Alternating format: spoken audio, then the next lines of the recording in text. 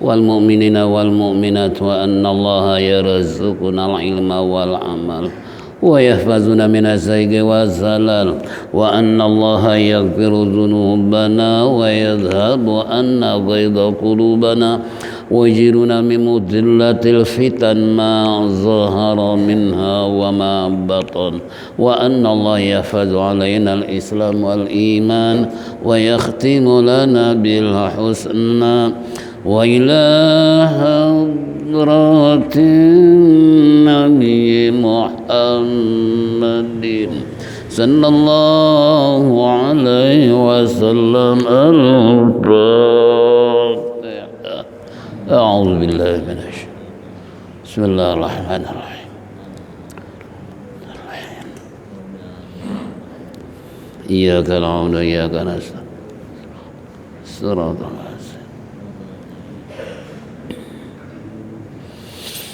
يا رب بالمصطفى بلغ مقاصدنا واغفر لنا ما مضى يا واسع الكرم يا رب بالمصطفى بلغ مقاصدنا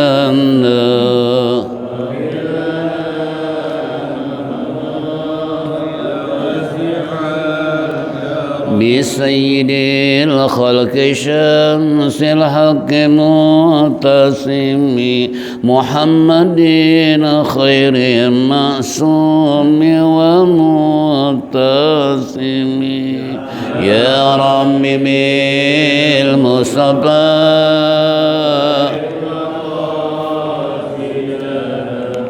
واغفر لنا ما مضى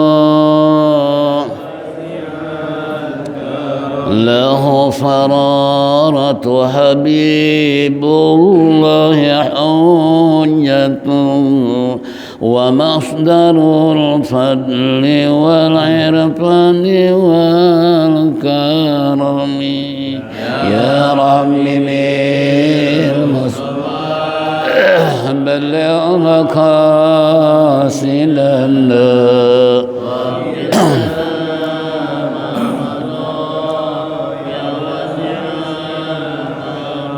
أسر الوجود وروح الكون بهجته زين الشمائل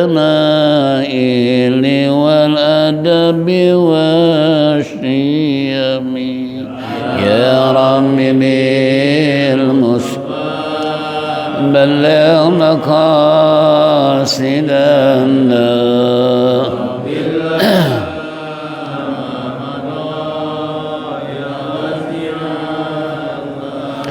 مطهر الأرض بالرجس ومن درني من عبد وثن أو عبد صنم يا رب بالمصطفى بلغ مقاصدنا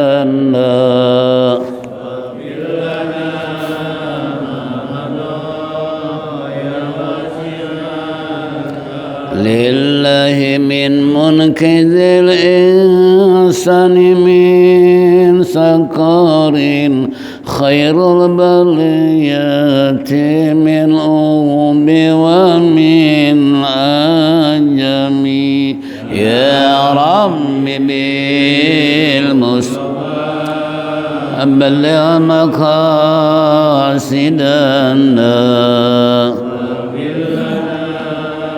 ما مضى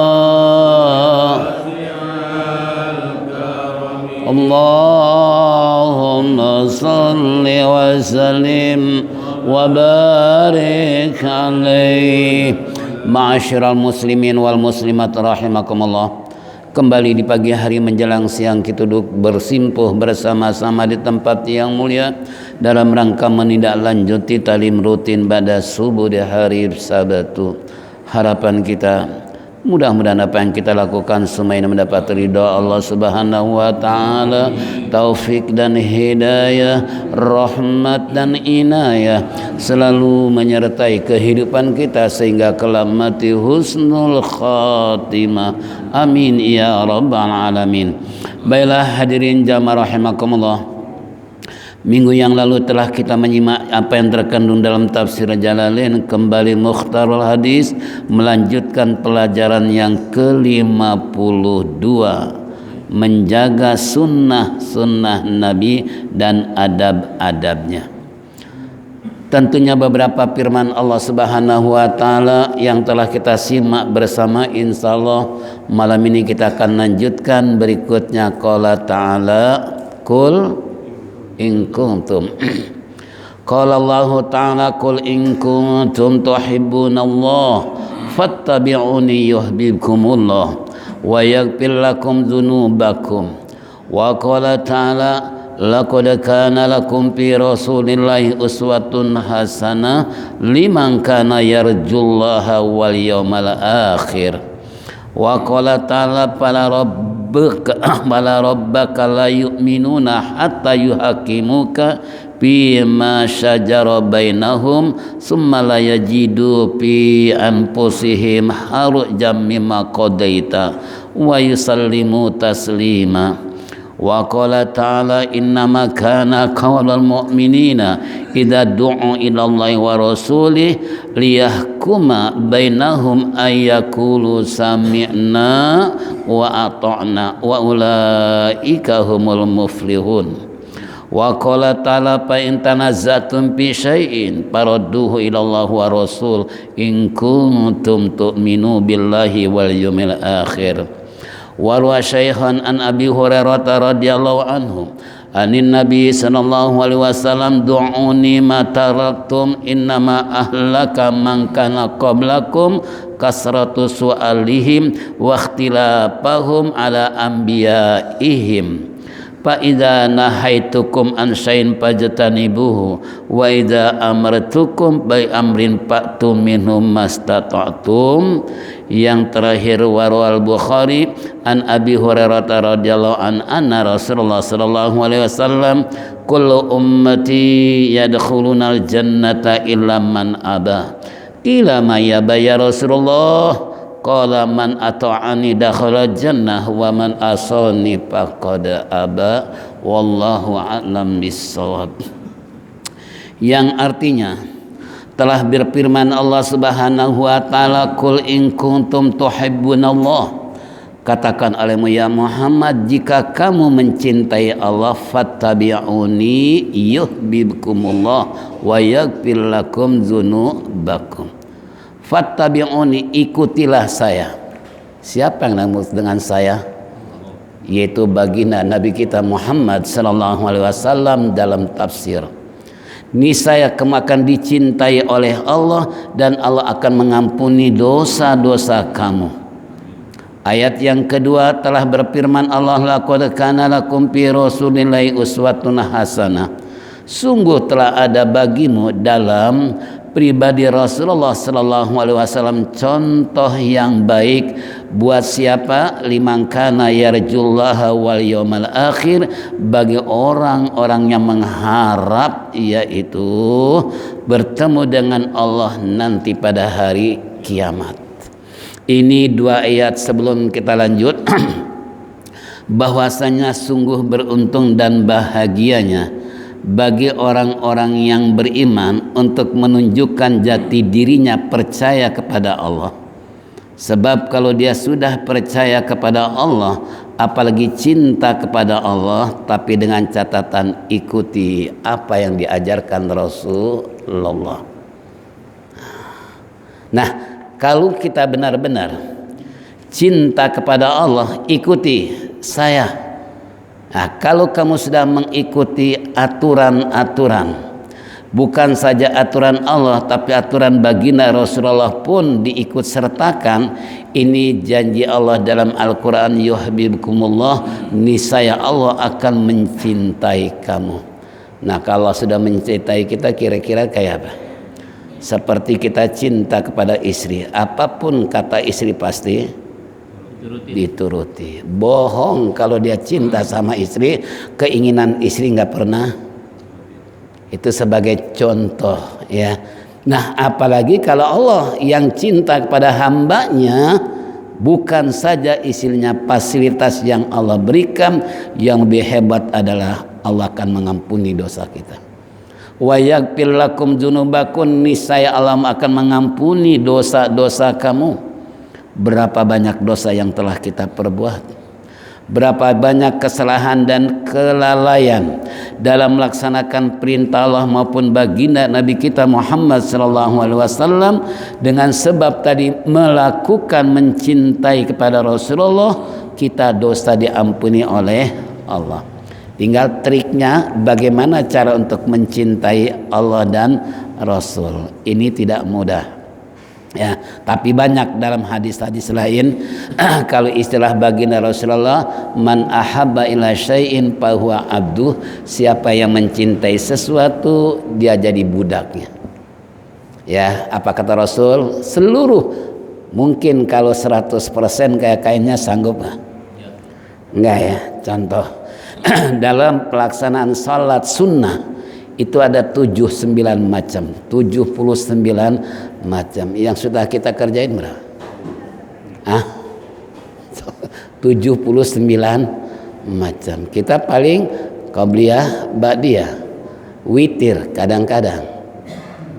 Itu pun bulan puasa full witir, puasa bubar witir. Ada di sini? Ada nggak? Salat duha, salat tasbih kadang-kadang. Nah, coba kalau seandainya kita pelajari 79 macam sunnah, salat sunnah, kayak apa kira-kira? Ternyata dari waktu ke waktu, dari malam ke malam, semua ada sunnah Rasulullah untuk melaksanakan salat. Ya, bukan qiyamul lailnya doang. Ya, ini kembali kepada kita semua. Bahkan kalau kita kembali merujuk kepada kitab yang lain, Hidayatul Minnah, dalam praktek sholat saja ada 500 macam sunnah Nabi. Sekarang sudah berapa macam kita yang ketahui? Kadangkala masih rincuh, mana yang wajib, mana yang sunnah hayat, mana yang sunnah abad. Itu pun terkadang kita belum pahami, sehingga tidak sedikit di antara kita terkadang maaf yang masbuk. Arti masbuk apa? Ketinggalan. Mengikuti imam tapi ketinggalan. Lain dengan muafik. Kalau muafik ikut dari semenjak takbiratul ihram sampai selesai. Itu pun terkadang rakaat kedua, ketiga imam sholatnya cepat, makmum lambat, imam ruku sampai dia langsung ikut ruku padahal Fatihah belum selesai. Seharusnya selesaikan Fatihah dulu, kan gitu. Nah, kalau masbukan sholat terlambat, ketinggalan, perhitungan ketinggalan sholat tersebut ukurannya kan di ruku. Kalau dapat ruku berarti dapat satu, walaupun nggak baca apa-apa, kan gitu. Ini terkadang imam begitu ruku, sami Allah, dia langsung ruku. Ini berarti rakaat tidak dapat, tapi dianggapnya itu dapat, padahal tidak. Akhirnya itu sholat kurang satu rakaat. Ini antisipasi, dan memang kebanyakan suka ada yang begitu. Saking apanya? Bukan buru-buru doang, nggak ngerti, bahlul. Gitu kan? Na'udzubillah min. Itu contoh satu saja. Ini kembali pada kita. Nah, dosa kita diampuni oleh Allah Subhanahu wa Ta'ala. Makanya sungguh beruntung orang yang Allah berikan jalan. Jika kamu cinta kepada Allah, ikuti saya, niscaya kamu akan diampuni oleh Allah dosa kita. Itu satu. Jadi siap jadi hamba, jadi budaknya Allah, budaknya Rasulullah. Bahkan di hadis lain, man ahabba ila syai'in fa aktsara dzikruhu, barang siapa yang mencintai sesuatu dia lebih banyak menyebut namanya. Ini hati-hati. Sekarang banyak orang bentar-bentar neraka, bentar-bentar bid'ah dolalah. Saya khawatir dia banyak menyebut neraka, jangan-jangan dia pengen masuk. Kan man ahabba ila syai'in faksara zikruhu. Siapa yang banyak mencintai sesuatu, dia lebih banyak menyebut.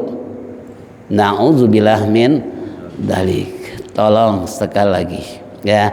Lalu ayat yang kedua, laqad kana lakum fi rasulillahi uswatun hasanatun liman kana yarjullah wal yawmal akhir. Allah telah berfirman, sungguh benar-benar ada bagimu dalam pribadi Rasulullah itu adalah contoh-contoh yang baik. Tidak ada yang bisa kita ambil dalam bentuk apapun, baik di dalam masalah kepemimpinan, dalam hidup bermasyarakat, dari segi sosial, dari segi ibadah, pengaturan politik dan sebagainya. Tidak ada yang terbaik kecuali baginda. Makanya kita dianjurkan oleh Allah untuk benar-benar istilahnya mengikuti apa yang telah dicontohkan oleh Rasulullah. Gimana kalau jadi seorang pemimpin? Rasulullah kayak apa sih memimpin? Ya, ini contoh. Jadi makanya kembali kepada kita semua. Buat siapa? Allah firmankan tadi, ada contoh pada pribadi Rasulullah yang baik. Kata Allah dalam ayat ini, liman kana yarjullaha wal yawmal akhir, bagi orang-orang yang mengharap bertemu dengan Allah pada hari kiamat. Tuh, kalau kita ingin bertemu dengan Allah, apakah bisa hal ini bertemu? Bisa. Di dunia nggak mungkin akan bisa karena Allah nggak berwujud, Allah nggak berbentuk, nggak punya sosok. Kalau ada orang bertemu dengan Allah, itu adalah nggak beres, orang yang nggak benar. Allah nggak berbentuk, apalagi ngaku sebagai Allah. Makanya dulu ada orang yang dikasih nama Allah, bayangin nggak tanggung-tanggung, namanya Allah, disambar geledek. Allah nggak menginginkan, bukan nggak mau disaingi. Nah kalau sebagai manusia disebut Allah mau kemana ente? Umpamanya gitu kan. Ini na'udzubillah min dzalik. Nah, Asmaul Husna saja jika dijadikan sebuah nama kita, sunnah harus awal dengan kalimat Abdun, Abdurrahman, Abdurrazak, Abdurrahim, Abdullah dan seterusnya. Nggak boleh kita langsung memberikan nama siapa, nama anak Anda Ar-Rahman. Nah sekarang Ar-Rahman maha pengasih. Nah benar nggak maha pengasih? Malah sebaliknya, Bahlul pelit. Padahal nama siapa? Ar-Rahman. Kira-kira kayak apa? Itu kan? Nah ini kalau Abdurrahman ini sebuah harapan, siapa tahu sesuai dengan nama dia termasuk hamba Allah yang pengasih. Tapi hamba Allah bukan langsung mengatakan Ar-Rahman, wah dia orang yang maha pengasih.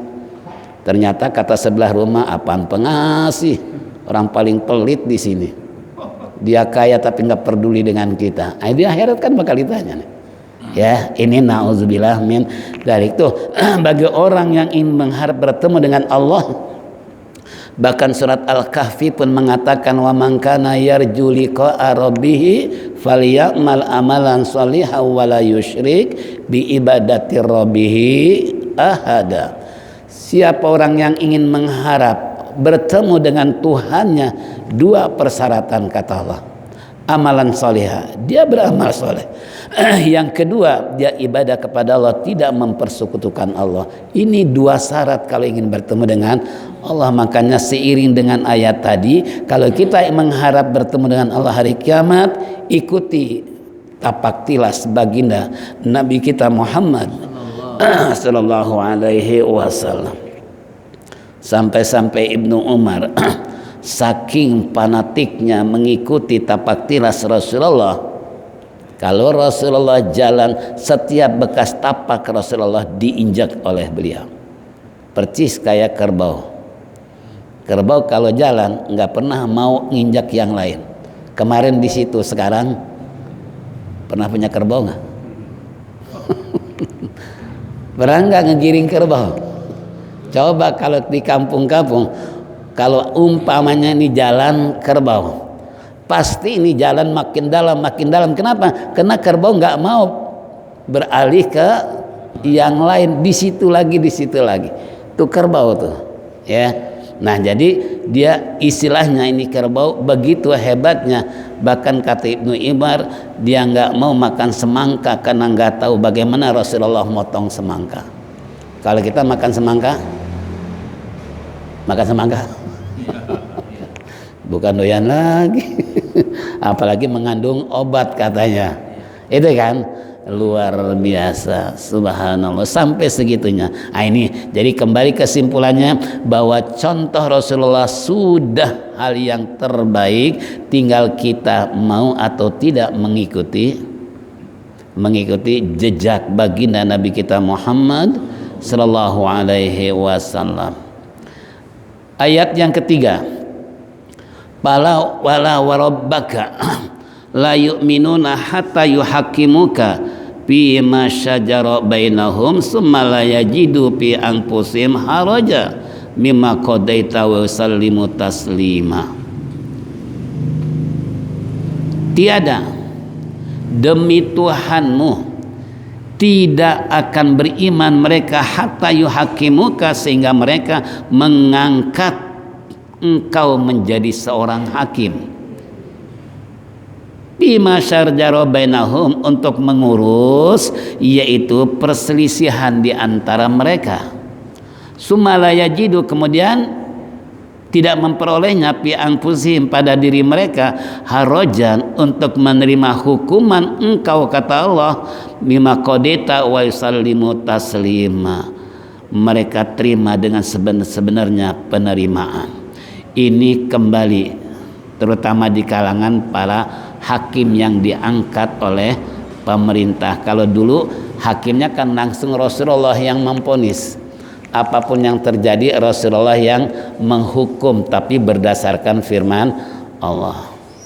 Contoh asariku wasarikatu faqta'u aydiyahuma, katalah pencuri laki-laki dan perempuan potong tangannya. Begitu ada oknum melakukan pencurian, langsung Rasulullah memerintahkan kepada sahabat untuk memotong tangannya.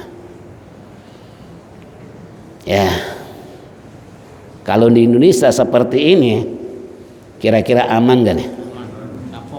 Pencuri motor ada nggak? Penjamret?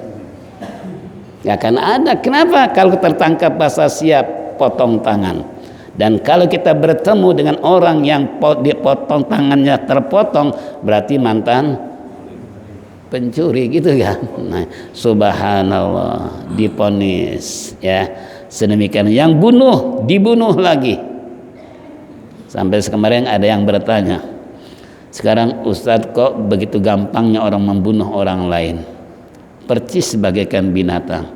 Dia nggak sadar kalau membunuh seseorang sama dengan membunuh seluruh man qatalan nafsan nama qatalan nasa jami'a. Barang siapa yang membunuh seseorang sama dengan membunuh seluruh kira-kira dosanya kayak apa?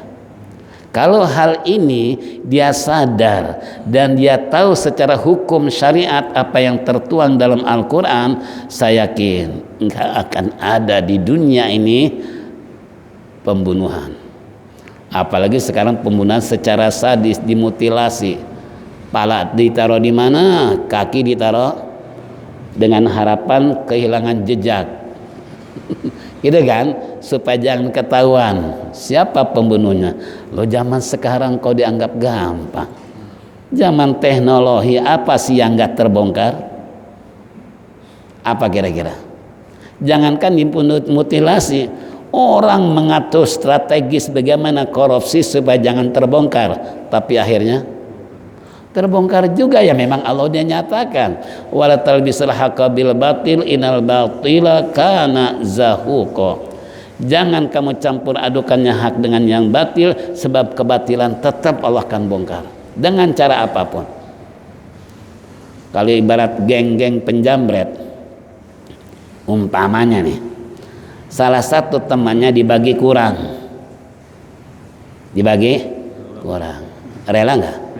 nggak rela. Satu-satunya dibunuh bosnya, gitu kan? Atau dibongkar rahasianya. Pak, tuh geng pencuri apa penjamret di sana, daerah sana. Nah, itu yang membongkar siapa? Temannya sendiri, yang dibaginya kurang, apalagi nggak dapat bagian. Kan gitu. Ini contoh ya, contoh manusia seperti itu. Begitu juga kata Allah tadi, demi Tuhanmu tidak dianggap orang beriman sehingga dia mengangkat kamu menjadi seorang hakim untuk mengurus, untuk mendamaikan yang berselisih di antara mereka. Nah, ini makanya jadi hakim hati-hati nih. Jangan main sampai gegabah. Di sini ada hakim nggak? Saya tanya dulu, ada hakim nggak? Kalau ada, aneh sih cuma ngingetin doang. Jangan bangga jadi hakim dengan pakaian yang serem ketika memponis gitu kan. Tapi ingat, jangan sampai salah memponis. Jangan sampai ada istilah yaitu maju tak gentar bela yang bayar. Tapi seyogianya hakim, maju tak gentar bela yang benar. Jangan dijadikan KUHP, kitab undang-undang hukum pidana, berubah jadi apa? Karena uang habis perkara.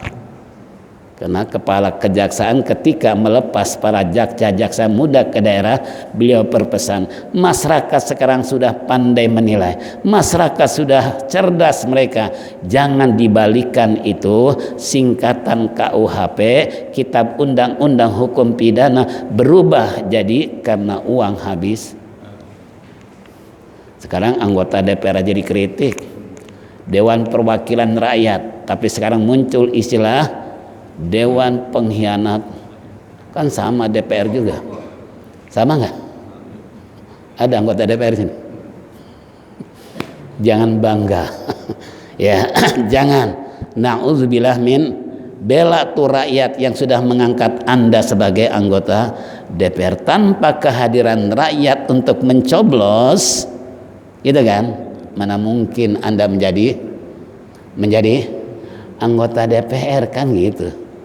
Bahkan ironisnya ada calon anggota DPR sebelumnya memberikan hadiah ke masjid musola karpet. Begitu nggak jadi diambil lagi karpetnya. Ya Allah Robi. Masya Allah. Ada nggak model kayak begini? Ada nggak? Masya Allah. Ya borok sih ikut kan. Na'udzubillah min jalik. Jangan-jangan nanti ada calon RW udah bagi-bagiin segala macam sama rakyat, nggak jadi dipitahin lagi. Iya kan? Ini banyak contoh lah kalau saya ceritakan, bukan saja kalangan rakyat, nah atasan pun seperti itu.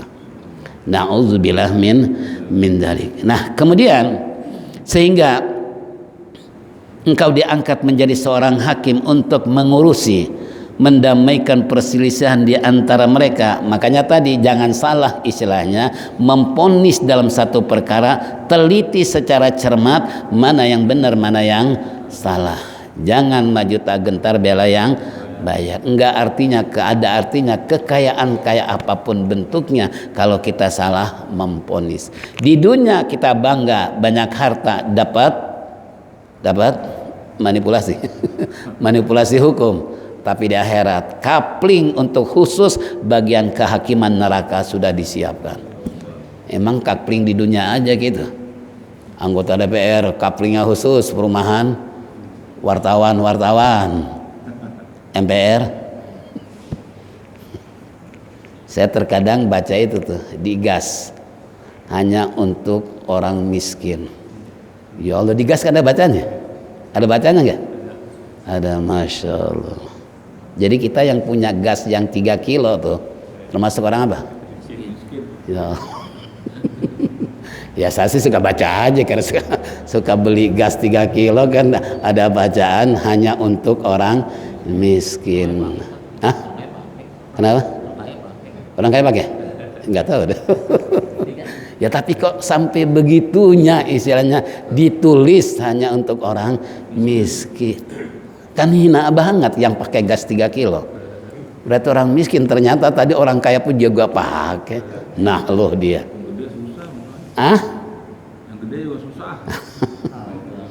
Ya Allah Rabbi.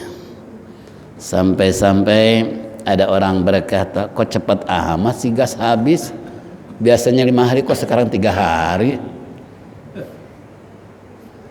Saya bilang persis kayak pom bensin. Bedinu tat baru keluar. Kira-kira isinya apa? Angin.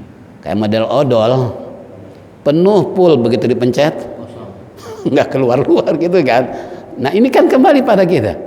Coba kira-kira ada yang kerja di pabrik odol, coba pencet aja tuh odol. Kalau nggak kosong duluan berapa? Berarti bawahnya apa? Angin gitu kan. Na'udzubillah, jangan seperti ini dalam dunia bisnis, tunggu kehancurannya. Paling tidak mendapat laknat Allah Subhanahu wa taala telah manipulasi barang. Ya, ini contoh. Nah, kemudian yajidu fi anfusihim, kamu tidak memperoleh, ia tidak memperoleh dalam dirinya untuk memutuskan tersebut, menerima hukuman kamu, kata Allah, mereka terima dengan sepenuh hati penerimaan. Nah ini jangan kesal, jangan jengkel kalau orang umpamanya dia salah dengan berbagai macam upaya supaya jadi menang. Nah kemudian kita sebagai hakim umpamanya begitu kita vonis bahwa Anda bersalah, nah orang yang sudah divonis salah padahal udah upaya pendekatan dengan berbagai macam cara supaya besok menang dalam pengadilan. Makanya haram hakim menerima hadiah, nggak boleh. Karena tujuannya apa? Untuk melunakkan hukum, gitu kan? Supaya hatinya, iya ini nggak enak juga kalau dia kalahin nih, sering ngasih dia, sering transfer duit kan, gitu serba salah gitu kan? Ya kayak model contoh di zaman dulu, saya ingat waktu almarhumah kiai saya, Kiai Haji Kiai Mukri Al-Bantani. Saya kalau ngaji dengan beliau berdua, ya, itu suatu hari beliau cerita tentang masalah, mungkin saya sudah ceritakan tentang masalah kenapa hakim lebih banyak masuk neraka daripada masuk surga. Karena dulu ada contoh, seorang pengembala sapi punya anak masih kecil, anak sapi, apa namanya? Kalau kerbau kan eneng. Kalau sapi apa? Betet. Ah? Iya kan? Kan masing-masing punya apa? Istilah gitu kan. Nah kemudian Allah mengutus malaikat menjadi seorang manusia dengan berkendaraan kuda. Apa kata Allah? Hai malaikat, tepak tuh punggung sapi, niscaya dia akan ikut dengan kamu. Benar. Begitu si pengembala sapi sedang asik mengembala sapi dan anaknya tadi, begitu diusap malaikat, anak sapi ikut lari dengan kuda. Nah, lalu bagaimana singkat kata? Nah, yang punya sapi tentunya kan nggak rela, tapi yang punya kuda nggak bisa. Buktinya apa? Dia ikut ikut saya kok, ikut kuda, berarti ini anak kuda. Coba kalau seandainya dia anak sapi, pan pasti ikut sapi, gitu kan? Logikanya kan gitu.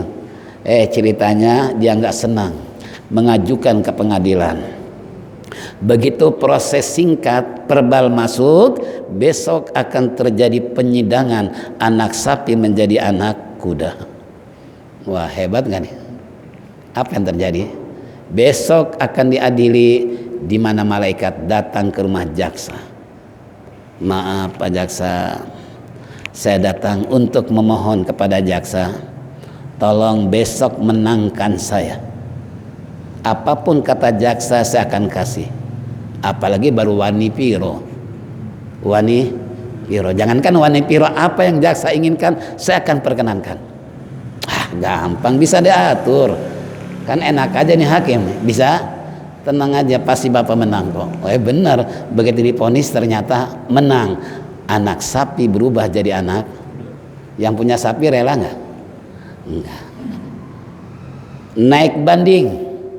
Sama, malaikat datang malam harinya kepada si oknum hakim tersebut untuk merayu apapun yang Bapak inginkan, saya akan siap untuk memberikan, dengan catatan tolong besok menangkan saya anak sapi menjadi anak kuda. Beres, bisa diatur. Yang penting dua. Bagian yang ketiga, rupanya ini Mahkamah Agung langsung yang memutuskan. Begitu malamnya besok mau di sidang terakhir yang punya sapi berusaha maksimal. Besok persidangan terakhir di mana sang malaikat datang kepada Kejaksaan Agung untuk memohon supaya besok finish menang di pengadilan. Rupanya nih hakimnya nih subhanallah imannya kuat, mantap, ibadahnya rajin. Ketika mendengar tawaran dari sang malaikat tersebut, apa kata hakim tertinggi ini? Maaf Tuan, besok saya nggak bisa menghadiri pengadilan. Kenapa? Saya lagi head, lagi mens. Kira-kira nih malaikat gimana? Bapak men, mana ada si laki-laki men yang biasanya mens ada? Anda udah paham kan? Ya udah, tahu saja saya jelaskan. Mana mungkin anak kuda jadi anak sapi jadi anak. Nah ente udah paham tadi, nggak mungkin laki-laki akan mens, yang men adalah perempuan. Kok Bapak bilang men? Kan nggak mungkin. Ya begitu juga anak sapi jadi anak kuda, kan nggak mungkin. Maaf aja, saya nggak akan menerima apapun yang Anda inginkan. Apa kata malaikat? Saya diutus oleh Allah untuk menguji para hakim. Ternyata yang dua mereka calon, yang satu. Kesimpulannya jangan bangga jadi hakim, lebih banyak dina. Tapi kalau hakimnya yang yang tadi kan ada hakim maju tak gentar bela yang bayar, ada hakim maju tak gentar bela yang benar. Tergantung mau yang mana, mau surga atau neraka. Sampai saya banyak teman-teman pengacara, salah satu di antara pengacaranya adalah dia bilang, Ustaz sebetulnya aneh nih nggak sesuai dengan nurani aneh. Kenapa? Ente kan mobil banyak gonta-ganti mulu. Saya bilang iya, hati aneh nggak nerima. Dan nerimanya kenapa? Ya tadi rupanya butuh duit cari jalan liku-liku gitu kan, karena butuh apa ya. Masya Allah, ini na'udzubillah min dalik. Ini kembali, kalau tidak memperoleh dalam dirimu, kata Allah Subhanahu wa taala, menerima hukuman dari kamu, mereka akan terima dengan sebenarnya penerimaan. Pokoknya kalau bahasa kita, hati-hati dalam memutuskan satu perkara di pengadilan, apalagi ini manusia. Bisa berpikir, bisa berusaha. Gitu kan? Nah, ini kembali. Lalu ayat yang ketiga, wa qala ta'ala innama kana kau lal mu'minina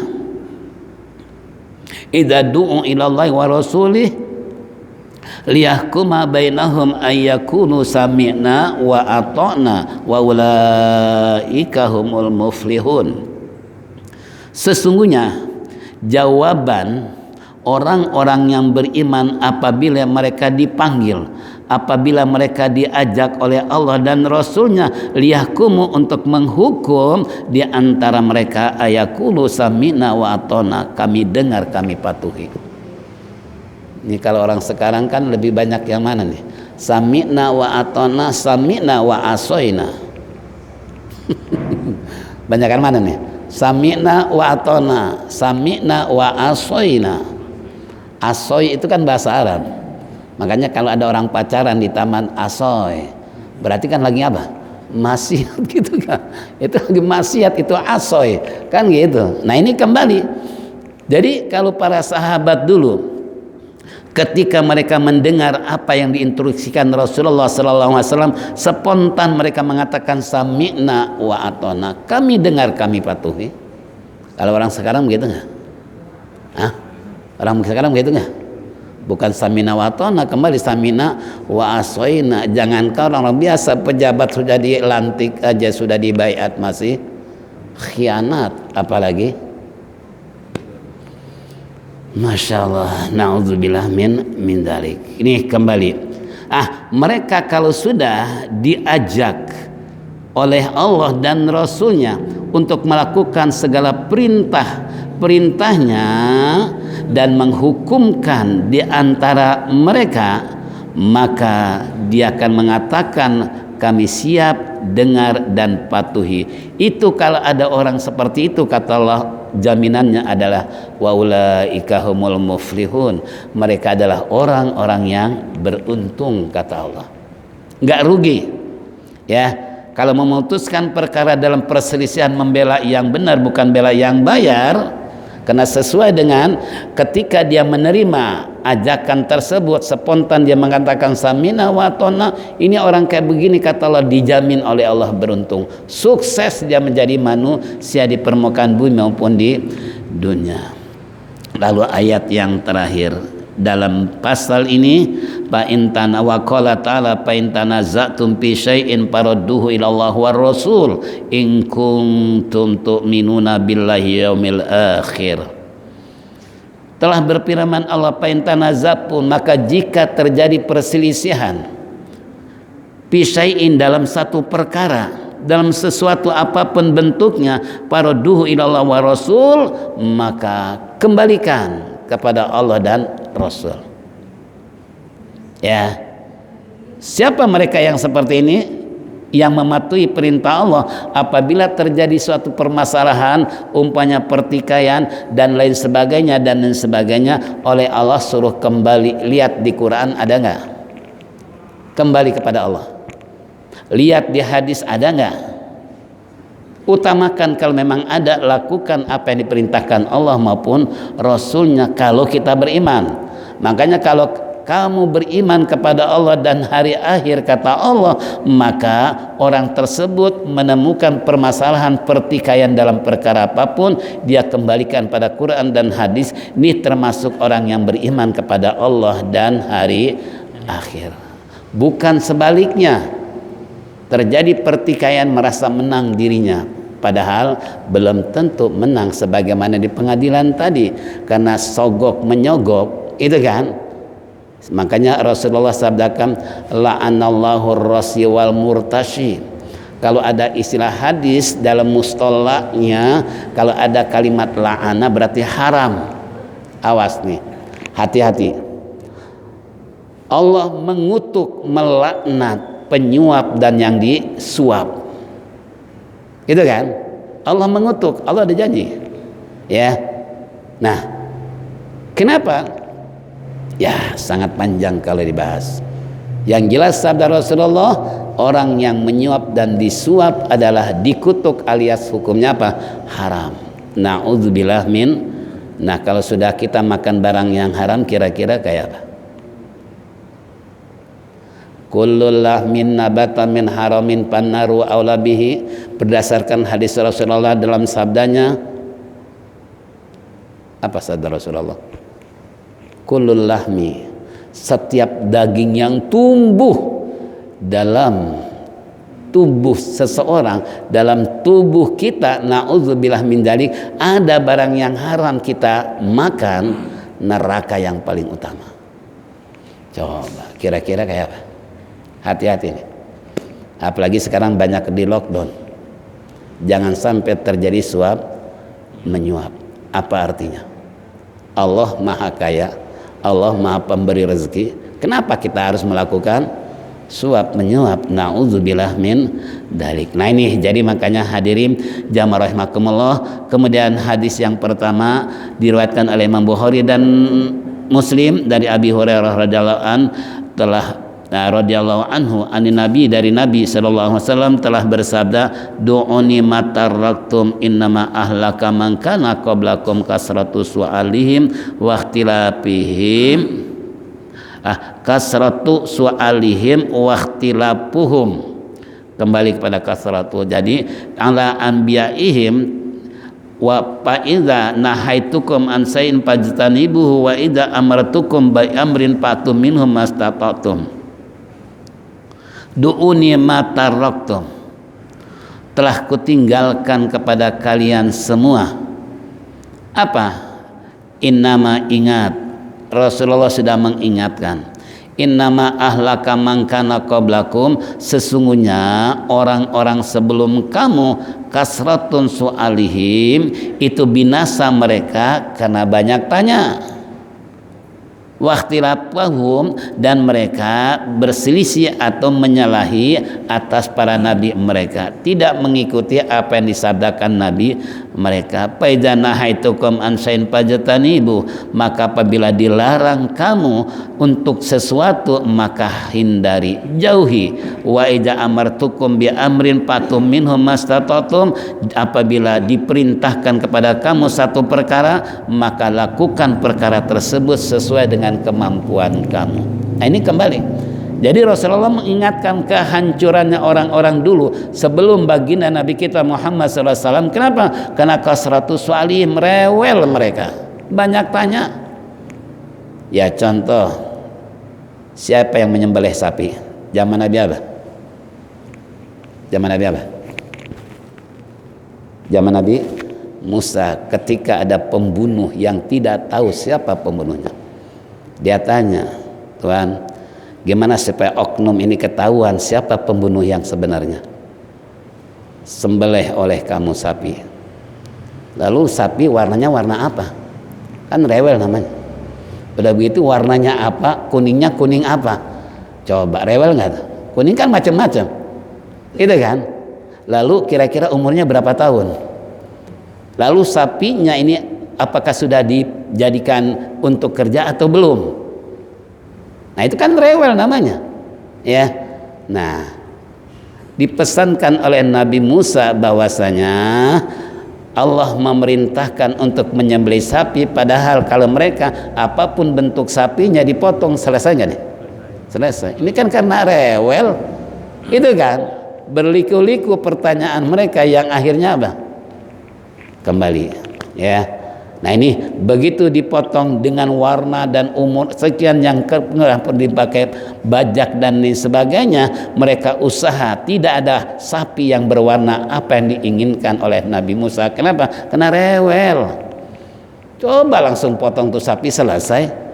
Ini kagak tanya warna kayak apa, kuningnya kuning apa, umurnya berapa, kan gitu. Nah, ternyata yang punya sapi ini wasiat dari orang tuanya warnanya kuning-kuning langsung. Jangan kau sembelih anak sapi ini, nanti ada orang yang butuh. Benar, begitu masyarakat heboh bahwasanya butuh sapi anak yatim, pesan orang tuanya dikerjakan. Kalau Anda ingin membeli sapi saya seharga sebanyak kulit sapi diapain? Digelar, ya. Digelar. Itu harganya sebanyak seperti itu. Tuh, gara-gara rewel tuh. Itu kan, ini kehancuran orang dulu begitu tuh. Yang kedua lagi, mereka selalu menolak, selalu istilah apa yang diperintahkan oleh Nabi, mereka selalu berselisih dengan pendapat Nabi. Tidak pernah para Nabi mereka diikuti, malah justru mereka menentang apa yang diinginkan Nabi mereka. Itu pun kehancuran orang dulu. Makanya pesan Rasulullah, faida nahaitukum an syai'in fajtanibu, maka apabila nahaitukum, aku larang kepada kamu, an syai'in, sesuatu, jauhi, tinggalkan, jangan kamu lakoni. Tapi sebaliknya, apapun yang aku perintahkan kepada kamu sesuatu perkara, maka lakukan oleh kamu tapi sesuai dengan kemampuan kamu. Ini kembali buat kita semua apa yang diajarkan Rasulullah. Kehancuran orang tempo dulu, pertama adalah karena mereka rewel, banyak tanya. Yang kedua, menyalahi apa yang diperintahkan oleh Nabi mereka. Terjadilah kehancuran. Dengan umat Islam juga sama sekarang. Siap-siap aja, siap-siap sebagaimana Allah menghancurkan umat sebelum Nabi kita Muhammad sallallahu alaihi wasallam dan lain sebagainya. Banyak nggak rewel? Banyak nggak? Ya kalau kasih saya contoh nanti dianggapnya saya provokator. Masih mau menyelidik siapa sih yang berezeki? Ya Allah, dia nggak tahu ada silsilah kena dari Nabi, kan gitu. Kan rewel kan? Masya Allah. Nauzubillah. Inilah hadirin jamaah rahimakumullah. Waktu isyraq tinggal 3 menit lagi. Mudah-mudahan dengan harapan apa yang kita dengar simak bersama dan baca tadi semua dijadikan ilmu yang bermanfaat. Insya Allah nanti hadis terakhir Rasulullah menyatakan setiap umatku bakal masuk surga kecuali yang tidak mau. Nah, insya Allah ke depan kalau penasaran hadir satu yang akan datang dalam kajian yang lain bertemu dengan mukhtalah hadis lagi menjelaskan setiap umatku bakal masuk surga kecuali yang kagak mau. Ada nggak yang mau nih? Ada nggak? Ya jawabannya nanti. Jawabannya nanti akan datang menjelaskan hadis terakhir karena waktu jualah yang memisahkan kita di pagi hari ini. Mudah-mudahan Allah panjangkan umur, sehat walafiat dan jadikan oleh Allah ilmu yang bermanfaat sehingga amal ibadah kita diterima dan mendapat ridhonya, kekurangan kesalahan kita diampuninya, kelak kita semua mati husnul khatimah. Mari kita tutup dengan zikir tauhid. Falyatafaddal mashkur.